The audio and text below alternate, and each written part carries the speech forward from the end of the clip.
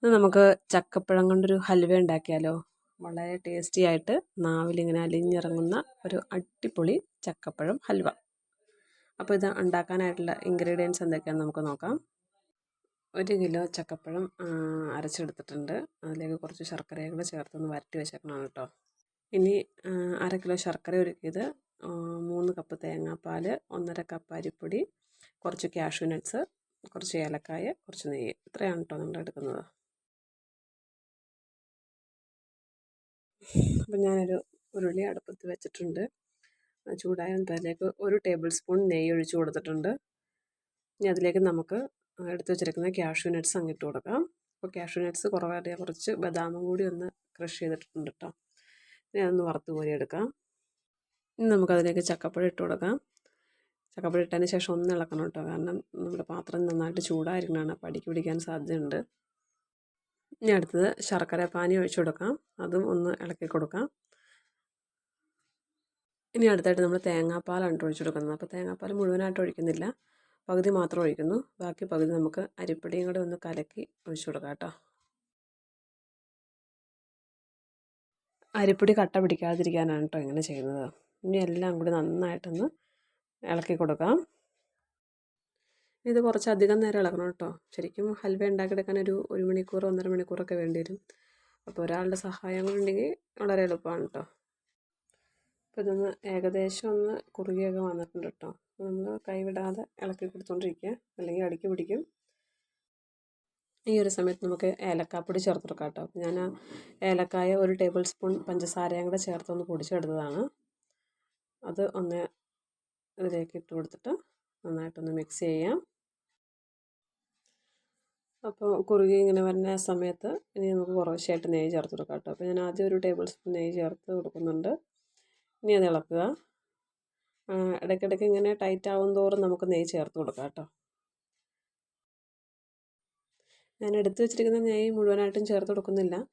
ഏകദേശം ഒരു 100-125 ഗ്രാമൊക്കെ നെയ്യാണ് ഇതിലേക്ക് ചേർക്കുന്നത്. അതും കുറേശ്ശെയായിട്ട് ചേർത്ത് കൊടുക്കുന്നതാണ് കേട്ടോ. വീണ്ടും കുറച്ചും കൂടി ഒന്ന് കുറുകി വന്നിട്ടുണ്ട്. ഈ ഒരു സമയത്ത് നമുക്ക് വറുത്ത് വെച്ചിരിക്കുന്ന കാഷ്യൂ നട്ട്സൊക്കെ ഒന്ന് ഇട്ട് കൊടുക്കാം. അപ്പോൾ അത് ഞാൻ കുറച്ച് മാറ്റി വെച്ചിട്ടുണ്ട്, നമുക്ക് ലാസ്റ്റ് ഡെക്കറേഷൻ ചെയ്യുന്നതിന് വേണ്ടിയിട്ട്.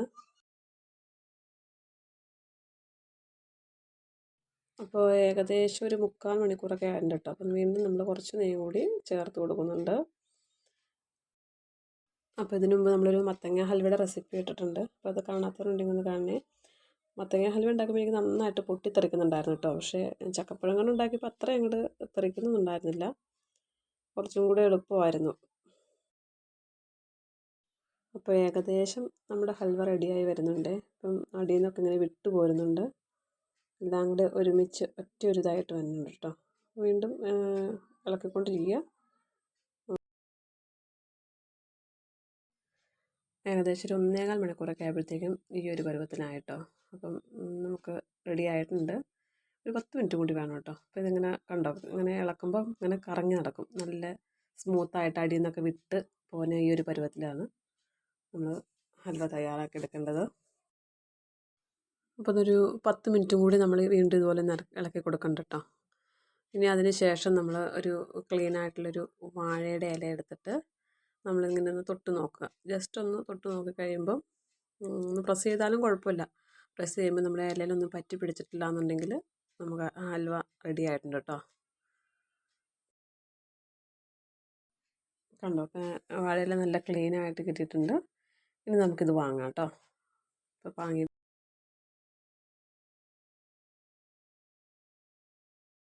അപ്പോൾ ഞാൻ കേക്കൊക്കെ ബേക്ക് ചെയ്യുന്ന ട്രെയിലേക്കാണ് കേട്ടോ മാറ്റുന്നത്. 2 പാത്രത്തിലാക്കുന്നുണ്ട്, ഒരു പ്ലേറ്റിലേക്കും കൂടി ആക്കുന്നുണ്ട് കേട്ടോ.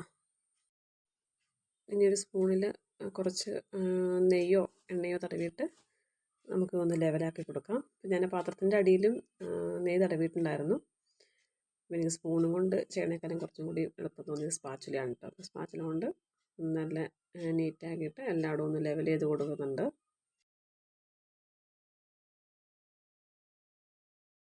ഇനി നമ്മൾ ബാലൻസ് വെച്ചിരിക്കുന്ന കാഷ്യൂ നട്ട്സും കൂടി ഇതിൻ്റെ മുകളിലേക്കൊന്ന് വെതിരി കൊടുക്കുന്നുണ്ട് കേട്ടോ. എന്നിട്ട് ജസ്റ്റ് ഒന്ന് ആ സ്പാച്ചുല വെച്ചിട്ടൊന്ന് പ്രസ് ചെയ്ത് കൊടുക്കുന്നുണ്ട്. അപ്പം നമ്മുടെ ഹൽവ റെഡി ആയിട്ടുണ്ട്. ഇനി നമുക്കിത് തണുക്കാൻ വെക്കാം കേട്ടോ. ഫ്രിഡ്ജിലൊന്നും വെക്കണ്ട, റൂം ടെമ്പറേച്ചറിൽ തന്നെ വെച്ചാൽ മതി. ശരിക്കും ഇത് പിറ്റേ ദിവസത്തേക്ക് എടുക്കുവാണ് കുറച്ചും കൂടി നല്ലത്. അപ്പം ഞാനിത് തണുക്കാനായിട്ട് മാറ്റി വയ്ക്കട്ടെ.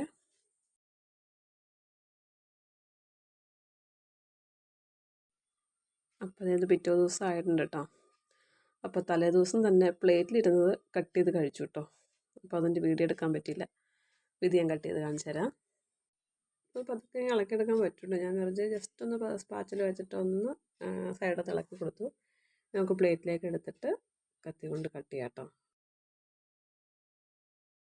പ്ലേറ്റിൽ വെച്ച് കട്ട് കണ്ടിട്ട് എത്തിയിട്ട് പോണേ. അപ്പോൾ ട്രെയിൽ വെച്ച് കട്ട് ചെയ്താലും മതിയായിരുന്നു, സാരമില്ല. അപ്പോൾ ചക്കപ്പഴം ഉണ്ടെങ്കിൽ എല്ലാവരും ഒന്ന് ട്രൈ ചെയ്ത് നോക്കണേ. വരിക്കയായാലും കോഴിയായാലും ഒന്നും കുഴപ്പമില്ല കേട്ടോ. ഏത് ചക്കപ്പഴം ഉപയോഗിച്ച് നമുക്ക് ഇതേപോലെ ഉണ്ടാക്കിയെടുക്കാം.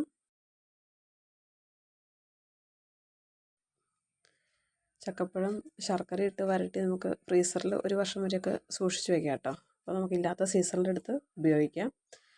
അപ്പോൾ എൻ്റെ വീഡിയോ ഇഷ്ടപ്പെട്ടെങ്കിൽ ഒന്ന് സപ്പോർട്ട് ചെയ്യണേ. അടുത്ത വീഡിയോയിൽ കാണാം. Okay, by.